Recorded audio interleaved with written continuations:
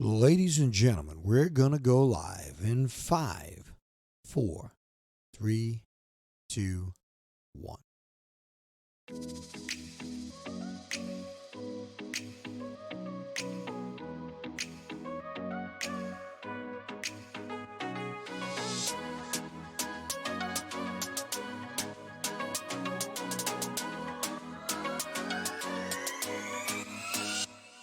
Ladies and gentlemen, thank you for allowing me to come into your life for the next few minutes. I hope you find my voice somewhat inspirational, a little motivational. It just gives you another way of looking at things. And with that being said, let's jump right into it. All right, ladies and gentlemen, thank you for allowing me to come into your life for the next few minutes. I hope you find my voice somewhat inspirational, a little motivational, and just gives you another way of looking at things. All right, ladies and gentlemen, I just want to just bring you up to speed and let you know that right now, what I'm doing is I felt very compelled to share this message a little bit. Something that's been on my mind since last night. I don't like myself to be any kind of professional in the respect of the television world or things of that nature. And I've been noticing that a lot of your live shows here in the tri-state area in New York City, just to prevent the spread of this coronavirus, they've been going without audiences. And I just wanted to share some of my thoughts about this thing, and I figured, it's not the prettiest topic at all. I mean, you guys you've been listening to LBJ, the Heartfelt Truth, for a while. You know that I don't. I try to be motivational, positive, and uplifting, and fun stories, and stories to make you think. But this one is real, and for you fine people here and around the world, I want to share my personal feelings and thoughts about it. It's unscripted. I have no notes.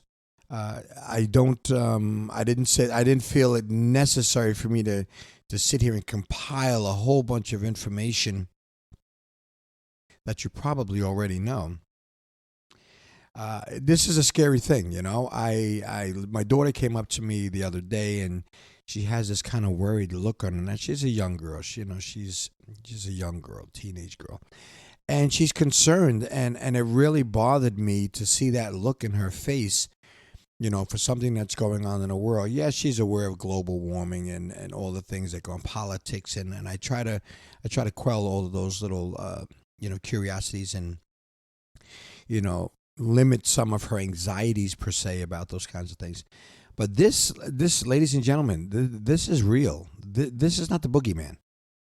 And I just want to extend again my heartfelt feelings for people here and around the world. My prayers go out to you and your families. My prayers go out to the countries. What we have to do is we have to do our best to try to limit and try to get a handle on this virus. And hopefully we're all doing some of the things that we've been told to do. I know a lot of times as human beings, yes, it's our nature. We don't want to be told what to do. We like to feel that we're in control of our own destiny, our own life, our own outcomes, and that's not always the case. I mean, if you've listened, like I said before, I don't preach politics, I don't preach religion, none of those things. But I will tell you this: that you're not in charge. You have to pay attention to some of the things that are being told to do. I actually, it's so funny. I was listening to a teacher who was giving a little orientation for new students coming into school next year. And they were talking about having a successful career in high school. And as we all have, yes, I'm not dispelling the fact that you're a teenager. Please limit your childish antics. Don't hurt anybody and things of that nature. Yes, and be a teenager. Enjoy your youth. I'm not saying that. But to be successful, what you have to do is you have to listen to the adults in your life. And once you do that, everything will be fine. It is only when you decide to listen and do what you want to do and listen to yourself That's when the things get complicated. Now, I'm not saying sometimes you don't make right decisions or anything of that nature, but if you just listen to the people in your life that are kind of guiding you into the right direction, then things will be okay. So, obviously, there's a lot of preventive measures out there that people need to take in terms of this coronavirus. And listen, ladies and gentlemen, this is not the best subject to talk about. And I hadn't put anything out this week because we got all caught up. I mean, listen, we're here in the United States. We're in a national, state of emergency, as it is around the world. And oh my God, I mean, let me tell you something. I had planned on going to Europe. My daughter didn't really want a Sweet 16 party. And I said, listen, let's do something nice. Let's go to Europe and travel and visit it and expose her to, the other wonderful things that we have going on in the world. And then this popped up. I mean, it's been around for a little bit, but it's, ladies and gentlemen, it's scary. I don't want anybody to walk around in a state of panic, but you have to be cautious. You have to be careful. I can go on with so many silly analogies, and people are going to say, LBJ, I get it. What's your point? My point I'm trying to get to is do what you're supposed to do, people. Take care of yourselves. How many times, if you listen to my shows, I always say, and I mean, I'm not done, and I'm sure I'll say it before I'm done. Take care of yourselves. Take care of your families, because family's important. I don't just say that because it sounds good, people. I say it because it's real. I say it because it's important. And I say it because that's how I feel. All right, so I really mean it from my heart of hearts. Do what you need to do for yourself, and then also take care of your families. Do all the necessary things that you need to do, and we can get through this. As human beings, I mean, we've had plenty of plagues and viruses and disease that has come through, and sadly enough, it has taken quite a few human beings, quite a few souls away from here. And again, I don't liken myself to speak like I know all the answers, because I don't. But it is just one of those things where nature says, okay, well, I'm going to show you, what's happening here, and you have to do the preventative measures and take care of it. I was thinking about this just the other day. I was watching the news, and there's no particular channel. I mean, we're down to the point now where you have to watch this news channel if you're on that side. You got to watch this news channel if you're on that side. You got to watch this news channel if you're in the middle. I mean, like, it's a little chaotic for me, but it's all the same information. But the point I'm trying to get to is we just have to be diligent. We have to be careful. I'm sorry about that little light. I just had a sip of my coffee. I'm still a 2-cup guy. And for a second there, I kind of got sidetracked. I didn't know exactly what I was trying to get to there. But this is serious business, people. Please take care of yourself. Take care of your families and all that. Again, this is unscripted. I have no notes. I'm speaking to you from my heart, and for here and around the world. We just gotta pray. I mean, I know I say I don't preach religion, right? I personally, for myself, I'll speak for myself. When I speak to my higher power and I say my prayers, I pray for the world. I do. I don't just for myself, for my selfishness. I actually start out from my family, my brothers, my sisters, my nieces, nephews, my children, my spouse, all the important people in your life. That's how I start off, and then I trickle it out to the world. Because we're all in these things together. How many times have you heard me conversate that we are all in this together?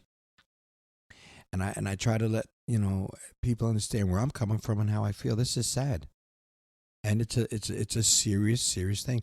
There's a lot of things in life that don't really startle me. There's a lot of things that I don't really get that worked up. I mean, when it comes to the defense of your family and your children, it's like anything in nature. The horns come in, don't mess with my family.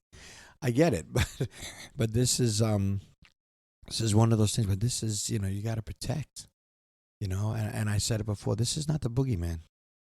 This is real. This is not some thing where you go, all right, don't worry about it. Yeah, the media's making a big thing about it. Yeah, yeah. Well, listen, at the end of the day, yes, the media has their job. They have their agenda. Their job is to, decipher and put out the best, hopefully, the best information that they have. I'm not taking them off the hook because, yes, sometimes they can over exaggerate and perhaps, someone said something to me just yesterday. We're having a conversation. They say, but fear sells.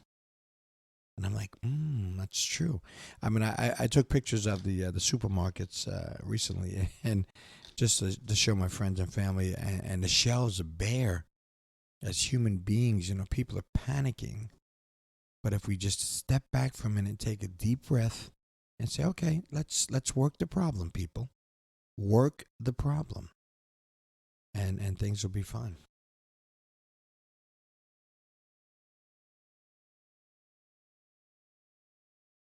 So, ladies and gentlemen, listen, before it appears to me, and I feel like I'm rambling on, and I don't want to do that. I don't want to ramble on. The purpose of my conversation this morning is to put my feelings out there, my thoughts, and I'm praying for the world, my families and your families, and everything else.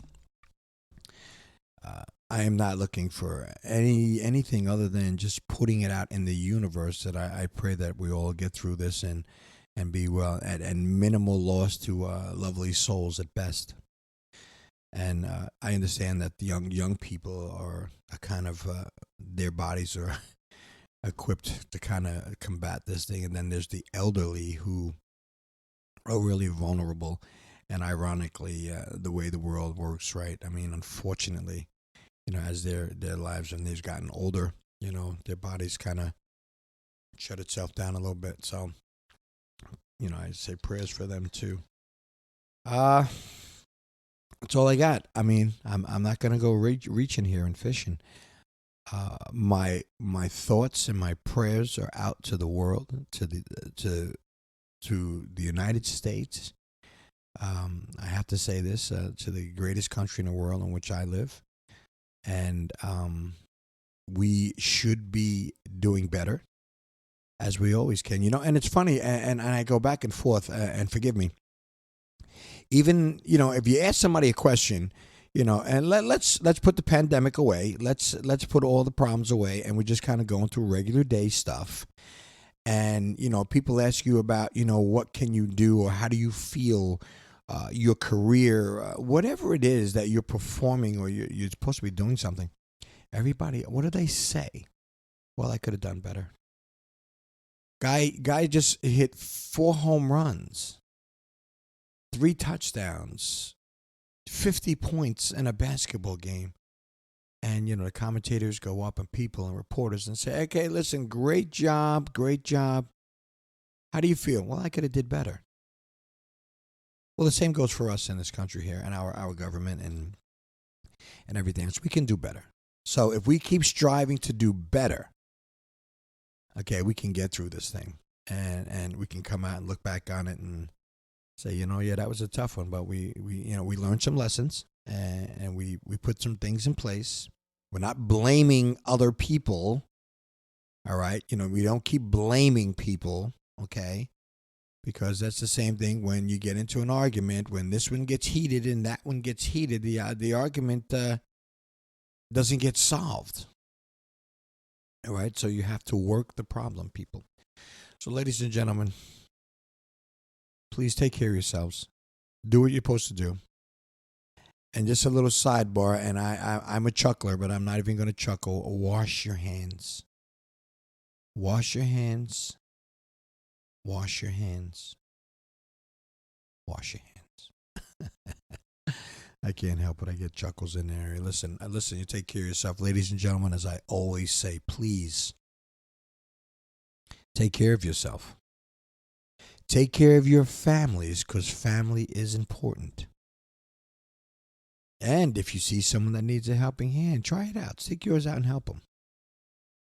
As I always say, I believe this one act really, really will make the world a better place. And it's going to be one of those things that help you on your journey to becoming the best person that you were meant to be. Ladies and gentlemen, I'm LBJ. You're there and I'm here.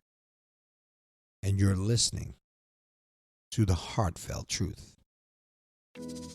Take care of yourselves. Be well. We'll talk again.